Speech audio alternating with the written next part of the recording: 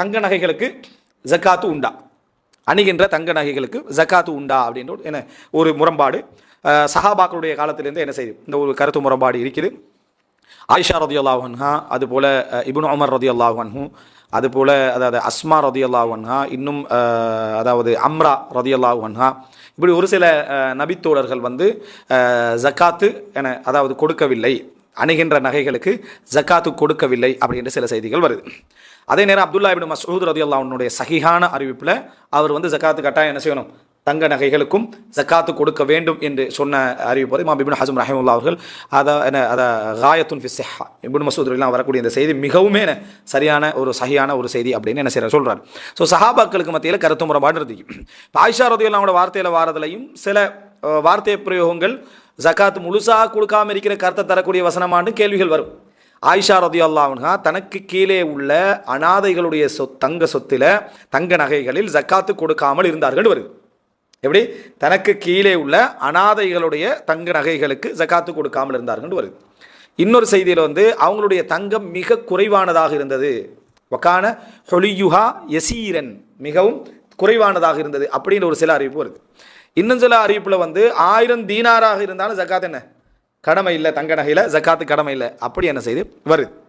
இந்த அடிப்படையில் எடுத்து பார்த்தோம்னா சில வார்த்தை பிரயோகங்களில் சில கேள்விகளும் அங்கே உண்டு. அது பிரச்சனை இல்லை. ஏன்னா சஹாபாக்களுடைய அந்த வார்த்தைகளை இமாம்கள் எப்படி விளங்கினாங்கன்னா அவங்க அணுகின்ற நகைகளுக்கு ஜக்காத் இல்லை என்று சொல்வதாக தான் அவங்க விளங்கிட்டாங்க. எனவே அந்த அண்டர்ஸ்டாண்டிங்கில் ஒரு பவர் என்ன செய்து இருக்கின்றதுனால நம்ம அந்த குவத்து தலால அதுதான் அப்படியே நம்ம நிற்கிறோம். ஆனால் அப்துல்லா இப்னு மஸ்ஊத் ரலியல்லாஹு அன்ஹு அவர்கள் என்ன கொடுக்க தேவையில்லை என்றாங்க. ஹதீஸ் அடிப்படையில் நம்ம நின்றோம்னு சொன்னால் ரசூலாங்க தங்க நகைகளுக்கு ஜக்காத்து கொடுக்கணும்ன்றாங்க, தங்கத்துக்கு ஜக்காத்து கொடுக்கணும்ன்றாங்க, வெள்ளிக்கு ஜக்காத்து கொடுக்கணும்ன்றாங்க. ரசூலுல்லாஹி ஸல்லல்லாஹு அலைஹி வஸல்லம் இதில் தங்கம் நாணயமாக தான் இருக்கணும்னு சொல்லலை. உதாரணமாக எல்லா இஸ்லாமிய அறிஞரும் உடன்பட்டிருக்கிறாங்க என்ன தெரியுமா, பயன்படுத்தாத நகைகளுக்கு ஜக்காத்து உண்டு என்று. பயன்படுத்தாம வீட்டில் வச்சுக்கிற நகைகளுக்கு ஜக்காத்து உண்டு. சேவிங்காக வைக்கிறோம், பவுனாக வாங்கி நகையாக வாங்குற எல்லாருமே சேவிங்காக தான் பெரும்பாலும் வாங்குறது. என்னது வாங்குற தான் அணிகிறதுக்கு இல்லை, பொம்பளை புள்ள பிறக்க போகுதுன்றாலே வாங்கிடுறாங்க. வணங்கிட்டா அப்போ பிறக்கிறத விடுங்க, பொம்பளை பிள்ளையா உடனே நகை கடையில் நிற்கிறான் பேத்து வாங்கு அப்படின்னு. அப்போ 18 வருஷத்துக்கு போகிற வரக்கூடிய அப்போ இது சேவிங்கா என்ன, சரியா? அப்போ அதனால் நகை என்றால் சேவிங் இல்லாத சேவிங்குக்குள்ள நகைகளுக்கு கட்டாய ஜக்காத்து கொடுக்கணும்ட்டாங்க. அப்போ ஒரு நகையிலேருந்து அரைவாசம் வெளியே எடுத்துட்டாங்க. இது எப்படி எடுத்தீங்க? நகைகளுக்கு தான் ரசூலாங்க ஜக்காத் சொல்லலையே, ரசூல் ஸல்லல்லாஹு அலைஹி வஸல்லம் நகைகளுக்கு ஜக்காத்து சொல்லலை. அப்படி இருக்க அணியாத நகைகள் என்று எங்கிருந்து வெளியே எடுத்தீங்க?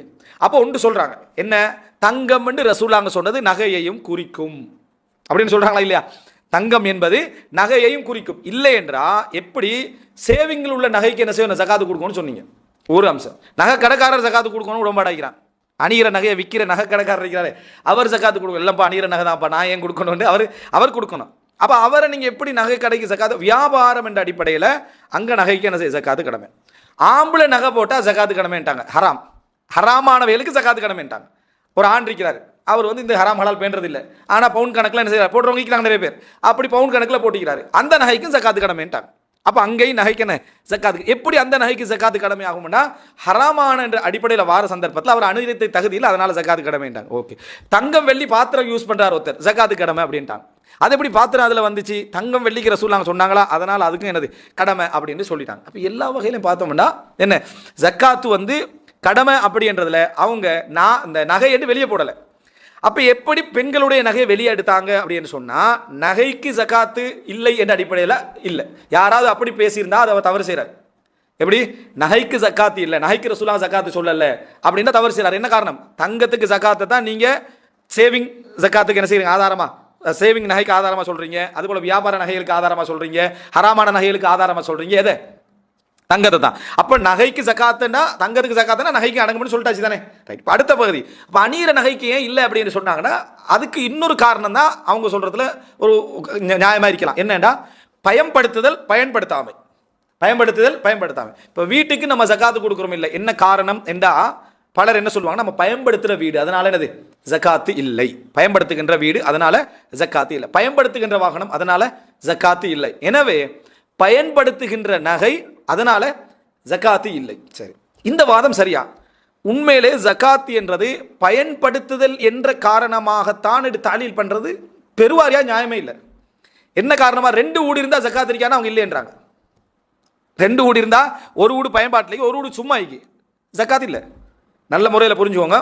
ஜக்காத் என்றது பயன்படுத்துதல் பயன்படுத்தாதல்ல. ரசூலுல்லாஹ் எதுக்கு ஜக்காத் சொன்னாங்களோ அதுக்கு மட்டும் தான் என்னது ஜக்காத்து. அது நீங்கள் பயன்படுத்தினாலும் ஜக்காத்து, பயன்படுத்தாது விட்டாலும் என்ன அது ஜக்காத்துன்னு தான் நம்ம புரிஞ்சு கொள்ள வேண்டும். இப்போ இந்த அடிப்படையில் இப்போ ஒருத்தர் வந்து புதையல் எடுக்கிறாரு, புதையலை பயன்படுத்துவாரா பயன்படுத்த மாட்டாரா? புதையல் எடுத்து ஃபுல்லாக நகை வாங்க போகிறான்னு வைங்களேன், எல்லாம் பயன்படுத்த தான் போகிறோம்னு நம்ம யாரும் சொல்கிறது இல்லை.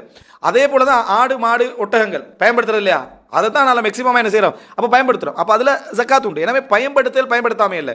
இஸ்லாமிய அறிஞர்கள் எல்லோரும் ஏற்றுக்கொண்ட கருத்து நிலங்களுக்கு ஜக்காத்து இல்லை. நிலங்களுக்கு ஜக்காத், நிலங்கண்ட சும்மா அதாவது உதிரி நிலங்கள், சும்மா அதாவது சாதாரண வைக்கக்கூடிய நிலங்களுக்கு என்ன நிலம்,